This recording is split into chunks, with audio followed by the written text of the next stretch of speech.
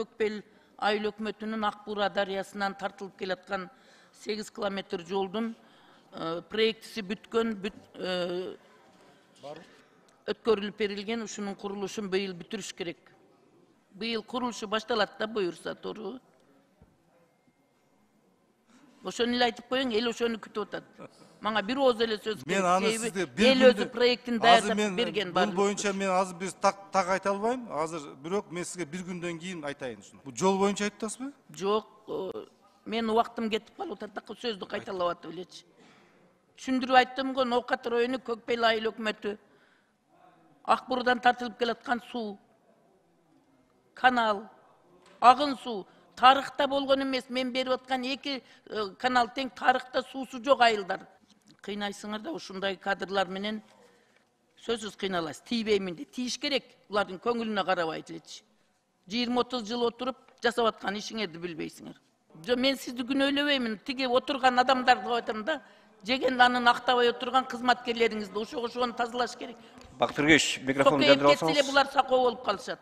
Ошо сокейбей эч жака жылбаш керек да. Азыр кой туруң, азыр мен айтам сизге. Араван Акбуринский канал реконструкция, Европейский банк развития реконструкция. Мен берген сурооңа. 12 километр, 8 километр эмес, 12 километр. Койгула балдар.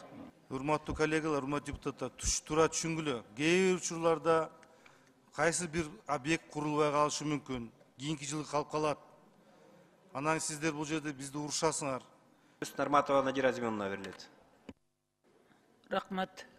Саламатсыздар, урматтуу депутаттар, урматтуу төрага Бакыт Эргешевич. 2 тизгин бир жылбыр кылып баштаган ишиңизге мен ийгилик каалайм. Кудай колдосун. Сиздерге боло турган, мен тактай турган конкреттүү суроолорум бар. Алай районундагы Лейлин айыл өкмөтүндө Мурдаш Согондо айылына тиешелүү 15 километр каналды документтери, проектлер бүт бар, толугу менен бүтүп департаментке тапшырылган. Быйылкы жылы каражат бөлүнөбүз, курулушту баштайбызбы?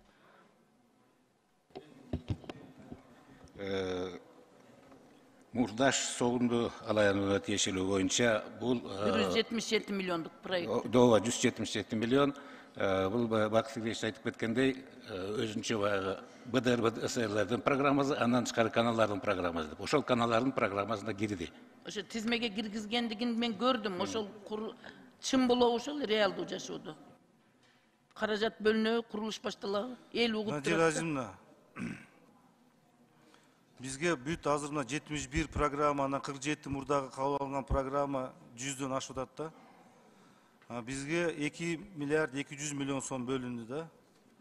Анан кийин эгерде ушул 100 миллиардтан ашык сом керек экен да. Урматтуу коллегалар, урматтуу депутаттар, туура түшүнгүлө. Кээ бир учурларда кайсы бир объект курулбай калышы мүмкүн, кийинки жылы калып калат. Анан сиздер бул жерде бизди урушасыңар. Эми бизге канча акча бөлүнсө, канча акча бизге берилсе, ошонун баардыгын биз иш аткарабыз. Сиз айткан негизинде биз тизме киргизгенбиз. Тизме кирген, бул деген биздин оюбуз бар, биз ошого аракет кылыш керекпиз деген ойдобуз. Ошончо азыр биз Кудай буйруса ПСДңиз бүтүптүр. Азыр тизмеге кирдик, эми ошондон нары дагы кымылдатабыз да. Быйыл курулушу башталат да буюрса, туурубу? Ошону эле айтып коеюн, эл ошону күтүп атат. Мага бир ооз эле сөз керек. Мен аны сизде бир эл өзү проектин даярдап берген. Бул боюнча мен азыр биз так айта албайм. Азыр бирок мен сизге бир күндөн кийин айтайын ушуну боюнча. Мен өзүм информация алайынчы тагыраак. Өзү жокпу суу чарба деп атат. Ал тиги Акылбек Үсүнбекович мен Алматыга МПСке кетпедиби? Экинчи, хорошо, мен эртең жооп күтөм. Экинчи, Ноокат районундагы Көкбел айыл өкмөтүнүн Акбура дарыясынан тартылып келаткан 8 километр жолдун проектisi бүткөн, өткөрүлүп берилген, ушунун курулушун быйыл бүтүрүш керек.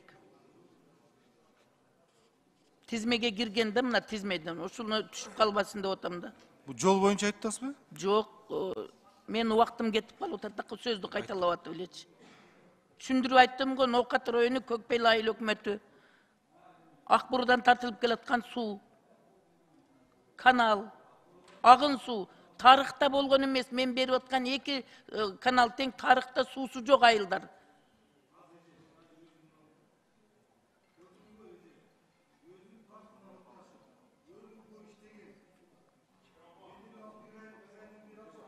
мен сизди күнөөлөбөймүн. Тиги отурган адамдарды айтам да, жеген нанын актабай отурган кызматкерлериңизди ошону тазалаш керек.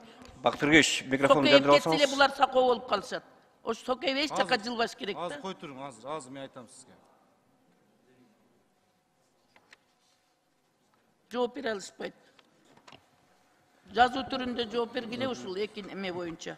Уруксат болсо мен бир маалымат берип коеюн. Сиз айтып аткан 8 километр канал бул Араван Ак буранын реконструкция боло турган проекттин эсебинде, ошонун ичинде. Жумуштар быйыл башталат уже. Аравандагы дейсизби? Араван Ак бура каналынан аралып Акбуринский кетет. канал, реконструкция ЕБРР, 12 километр жер каналы. Акбуранын проектисине коштуңарбы ушуну? Ошо Араван Акбуринский канал, реконструкция, Европейский банк развития реконструкции. Мен берген суроома. 12 километр, 8 километр емес, Вакытын 12 токтотуп километр. койгула балдар.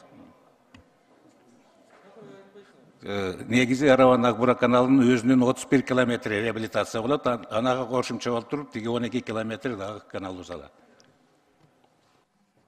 Кыйнайсыңар да ушундай кадрлар менен сөзсүз кыйналасыз. Тийбеймин де. Тийиш керек. Булардын көңүлүнө карабайт элечи. 20-30 жыл отуруп жасап аткан ишиңерди билбейсиңер. Андан кийин Ноокат районунда Кулатов айыл өкмөтүндө Ходжа каналы бар да 36-жылы курулган. 70 жылы 2,5 километр аралыгы капиталдык оңдоодон өткөн дагы ошол боюнча бүгүнкү күндө акыбалы өтө оор болуп атат. Апшыр дарыясынан алына турган бул канал суусу бүгүнкү күндө 25 миллион сомдук проекция даярдалып 2 километр аралыгыны капиталдык ремонттон өткөргөнгө муктаж болуп турат. Ушуну быйылкы жылкы тизмеге киргизип берсеңиз. Болобу киргизгенге? Жазып алдым мен. Текущийде жок экен. Ходжа каналы. Ходжа каналы. Тизмеден көрбөйтам, ошон үчүн айтып атам. Тизмеде жок экен.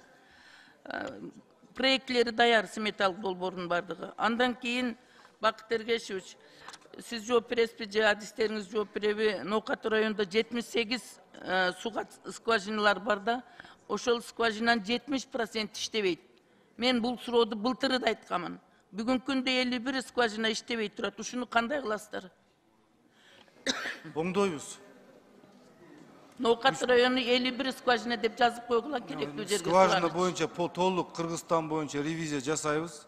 Кайсы жерде керек болсо скважинаны, ошону скважина ошол жерде иштеш керек деп, эгер чечим чыкса, ошону оңдойбуз биз.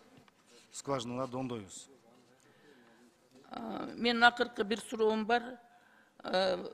Мына бул Баткен облусунда Чоң Кара айылына 21 жылы Кадамжай районунан суу тартуу боюнча ПСДга кирген да, ушу 3 жылдан бери ПСДсы бүтпөйт атат ТЭОсучу. Эмне болду экен ушунун тагдырын? Элге айтып коюңуздарчы сураныч. Чоң Кара дедиңизби? Чоң Кара айылына Кадамжайдан Бул да Чоң Кара дегениңиз азыр баягы айтылып аткан программага кирди. 71-ге? 30 деген. 49 болобу? 30. Рахмат.